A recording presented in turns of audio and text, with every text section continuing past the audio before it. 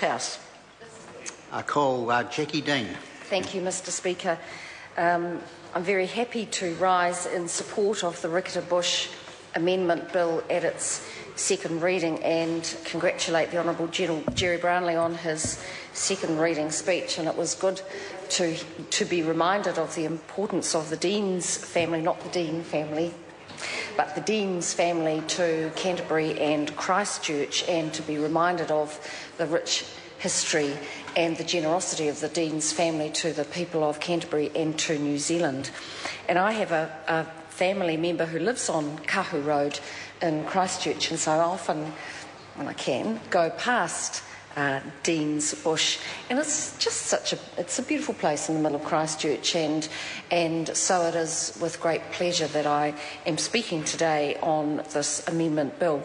And it is special, and my colleague Maggie Barry is going to be speaking later in this debate, and I do hope she touches on some of the special botanical features of Dean's Bush. In particular, we know that it's a kahikatea floodplain forest. Now, that means something. It means kahikatea, which I know to be rather beautiful, but that's it. That's all I know. And so I'm looking forward to Maggie Barry's contribution later in this speech, as it will indeed round out the knowledge of this House of this Riccarton Amendment Bill.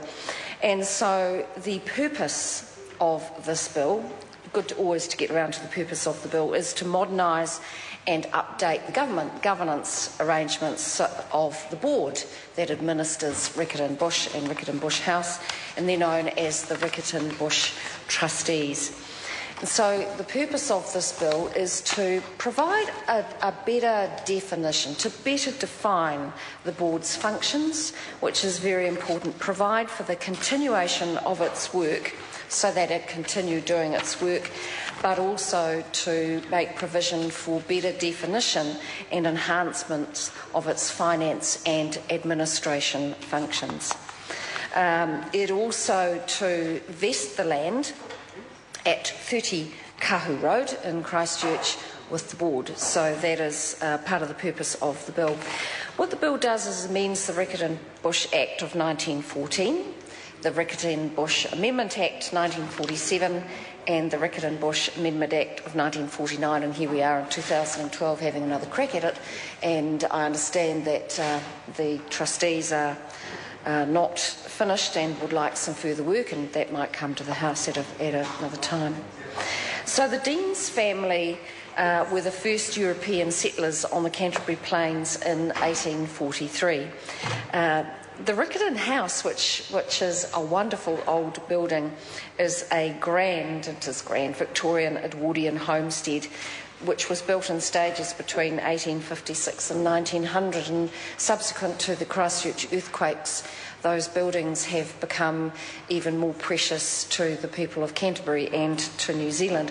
And it was about that time that settlement also occurred in the town I live in, Oamaru, and my town luckily has missed most of the impacts of the Canterbury earthquakes, which have blighted Christchurch and the people of Christchurch.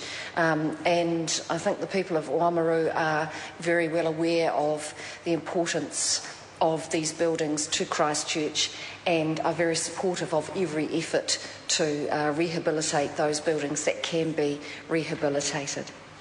The Riccarton Bush, the 15 acres of Riccarton Bush was gifted by the Dean's family, a significant gift to the people of Canterbury. It happened in 1914, and the Riccarton Bush Act of 1914 was passed by Parliament to provide for the preservation and management of the property. And at that time, the board was constituted to become the controlling body of that gift by the Dean's family to the people of Christchurch. And then in 1947, the Christchurch City Council, the Waimarie County Council, the Heathcote County Council, Paparua County Council and the Borough of Riccarton joined together to purchase Riccarton House. Thank goodness for local government amalgamations, I say.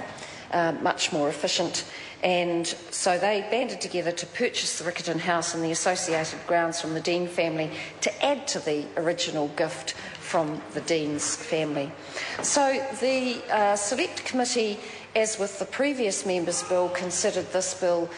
There was not terribly much dissension amongst the committee. We had a look at this bill, and I guess we will talk about the amendments made when we get to the committee stage of this debate. But we did make some amendments, did recommend some amendments, clause 2, 1 and 23(7, by extending the date on which clause 16 would come into force, and that is around the provision of the first financial plan from 2013 to 2015.